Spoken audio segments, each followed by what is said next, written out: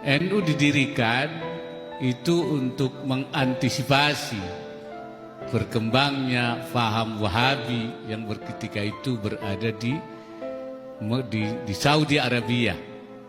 Ulama kita mengutus satu komite yang dinamakan Komite Hijaz untuk mencegah supaya atharu Rasulullah, bekas-bekas Rasulullah, atharus sahabat, bekas-bekas sahabat tinggalannya di Saudi tidak dihancurkan oleh pemerintah yang kebetulan berfaham Wahabi. Ketika kembali, maka kemudian Komite Hijaz ini berubah, dibentuk, kemudian namanya yaitu Jam'iyah Nahdlatul Ulama untuk mengantisipasi kemungkinan adanya gerakan-gerakan itu masuk ke Indonesia.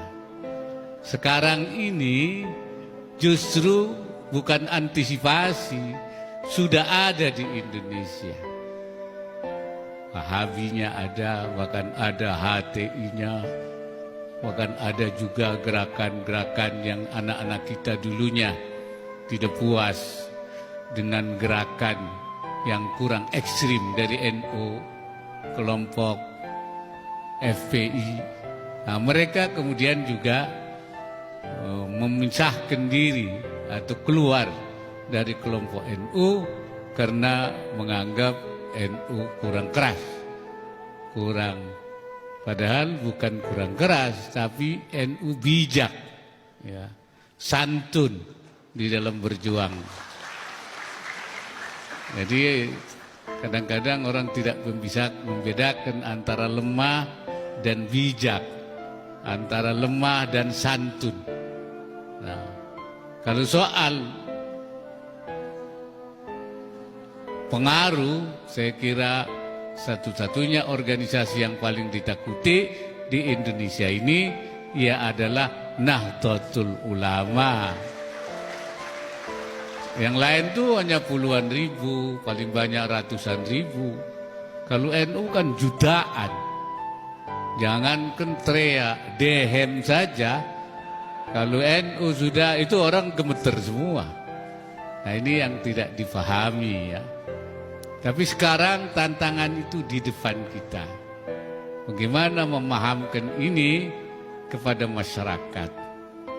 Kemudian juga negara, ini juga harus dijaga.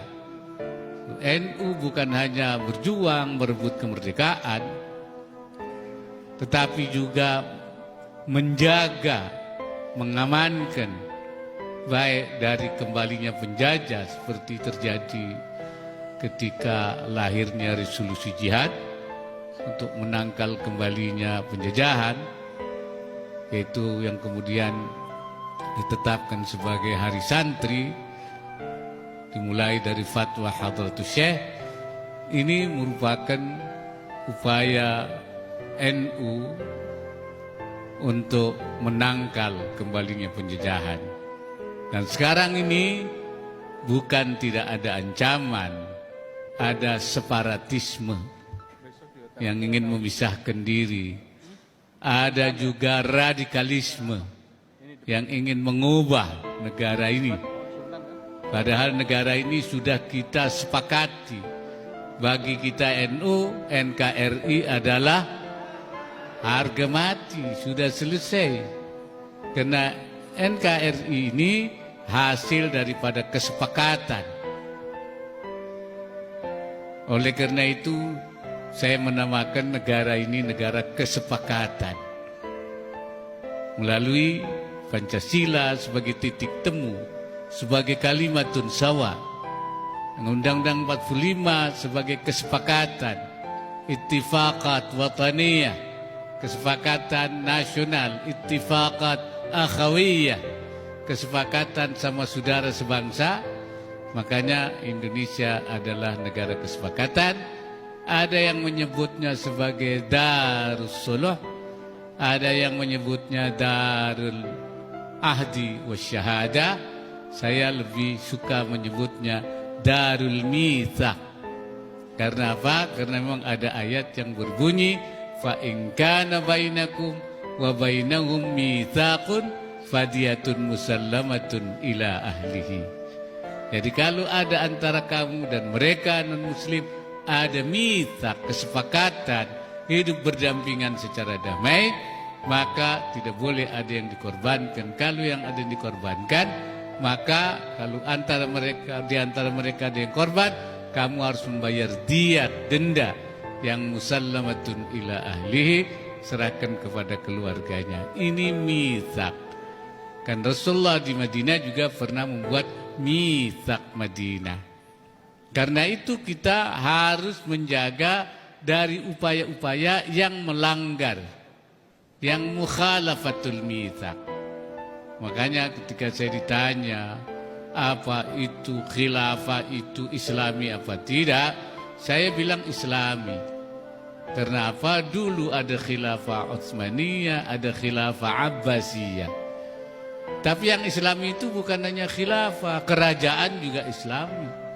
Sekarang ada kerajaan Saudi Arabia, Al-Mamlakah As-Saudiyah diterima. Ada Al-Mamlakah Al-Hashimiyah di Yordan diterima. Yang Islami juga keamiran.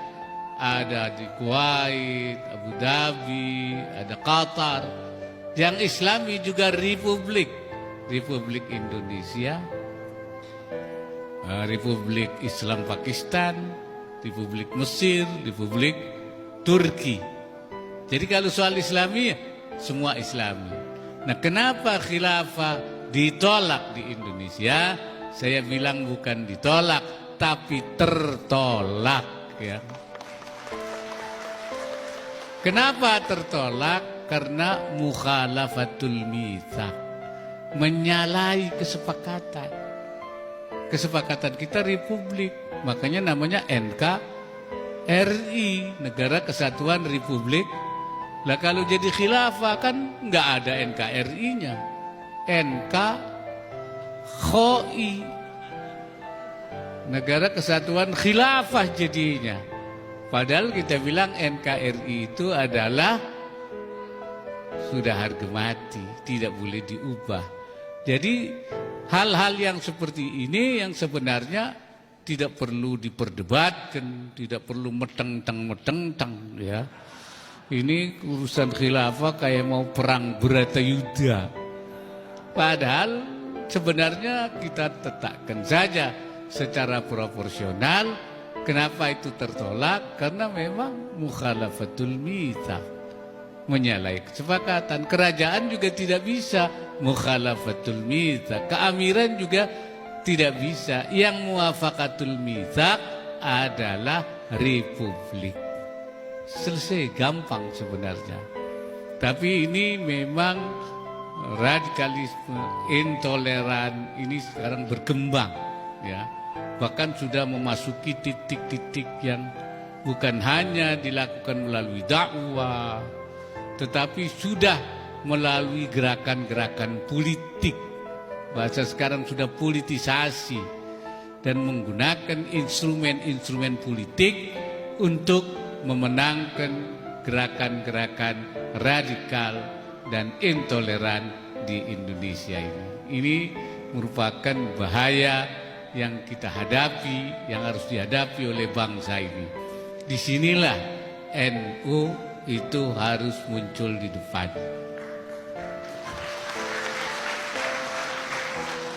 Dan kita kan sudah mengatakan dalam Yalal Watan itu, Indonesia negeriku, engkau panji martabatku. Siapa yang datang mengancammu kan binasa, ya karena akan berhadapan dengan NU.